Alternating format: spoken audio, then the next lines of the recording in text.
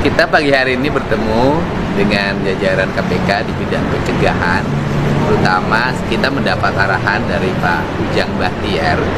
Arahannya adalah seiring dengan kebijakan yang diambil oleh pemerintah Provinsi Jawa Barat untuk melakukan upaya mengefisiensikan, merealokasikan seluruh belanja pemerintah dari belanja yang tidak penting ke belanja yang dianggap menjadi kepentingan publik, terutama di bidang pendidikan, kesehatan, infrastruktur jalan, irigasi, penanganan kemiskinan, jaringan listrik. Itu menjadi prioritas utama kami, dan kami mendapat arahan seluruh kebijakan itu nanti harus terkawal menjadi output dan benefit kepentingan masyarakat.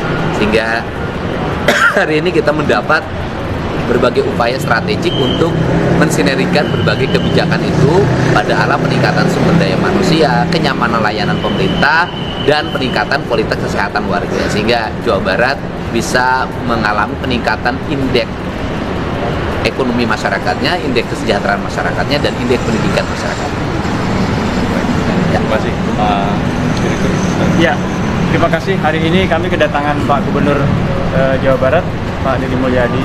Beliau menyampaikan banyak hal terkait langkah-langkah strategis beliau di dalam mengoptimalkan sumber daya yang dimiliki dari pemerintah Jawa Barat, di mana diantaranya beliau mulai melakukan langkah strategis dengan memperbaiki perencanaan dan penggunaan anggaran yang ada di Provinsi Jawa Barat, di mana prinsipnya beliau bahwa sumber daya yang dimiliki oleh pemerintah Jawa Barat ini harus kembali dan bermanfaat untuk masyarakat, baik itu jangka panjang maupun jangka menengah maupun jangka pendek. Dan ini beliau meminta kepada kami dari KPK untuk memastikan bahwa langkah strategis beliau ini yang pertama memang tidak menyalahi aturan, kemudian pelaksanaannya di mana bahwa itu harus ada yang mengawasi. Nah, kegiatan ini merupakan suatu langkah strategi yang kami apresiasi, dan kami berharap bahwa apa yang menjadi ide, gagasan, improvisasi dari Pak Gubernur Jawa Barat ini betul-betul membuat langkah perubahan dan kemanfaatan yang real kepada masyarakat Jawa Barat dan sekitarnya. Demikian, terima kasih. Silakan teman-teman. Izin Pak Demo mau bertanya, apakah program yang dikoordinasikan ini termasuk program siswa ke barat itu, Pak? Oh iya, yang pertama program itu kan gini, kita akan menceritakan realokasi anggaran. Ada 5 triliun lebih, ada realokasi anggaran. Realokasi anggaran itu merubah belanja rutin pemerintah yang dianggap selama ini memboroskan anggaran pemerintah. Kemudian alokasi belanja publik tapi tidak memiliki kepentingan publik. Misalnya di dunia pendidikan, ada belanja 700 miliar lebih untuk TIK, sedangkan yang dibutuhkan oleh dunia pendidikan adalah ruang kelas baru, sehingga anggaran itu digeserkan menjadi ruang kelas baru. Kemudian ada belanja rutin perjalanan dinas pemerintah, yang dibutuhkan oleh pemerintah hari ini adalah jalan raya, bukan perjalanan dinas, sehingga ada realokasi dari 700 miliar menjadi 2,4 triliun. Nah, kemudian ada sosialisasi yang biasa dibelanjakan oleh pemerintah. Yang dibutuhkan oleh masyarakat hari ini adalah banyaknya hampir 240.000 rakyat Jawa Barat tidak punya listrik.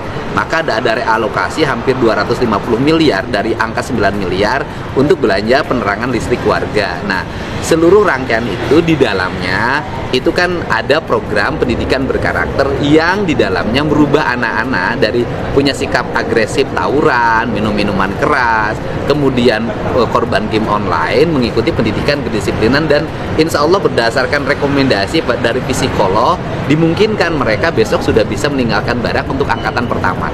Nah, itu di dalamnya ada, dan insya Allah anggarannya produktif. KPAI mengkritik banyak temuannya gitu. Gini. Saya kan sudah sampaikan bahwa KPAI harusnya arahnya hari ini bukan mengoreksi kekurangan dari sebuah kegiatan yang dilakukan, yang itu penanganan darurat dari sebuah problem. Yang harus dilakukan KPAI adalah mengambil langkah untuk menyelesaikan berbagai problem yang dialami oleh anak-anak remaja kita. Apakah itu karena problem di rumahnya, problem di sekolahnya yang akhirnya mengarah pada tindak kriminal. Kan ada juga jumlah ribuan tuh anak bermasalah di Jawa Barat.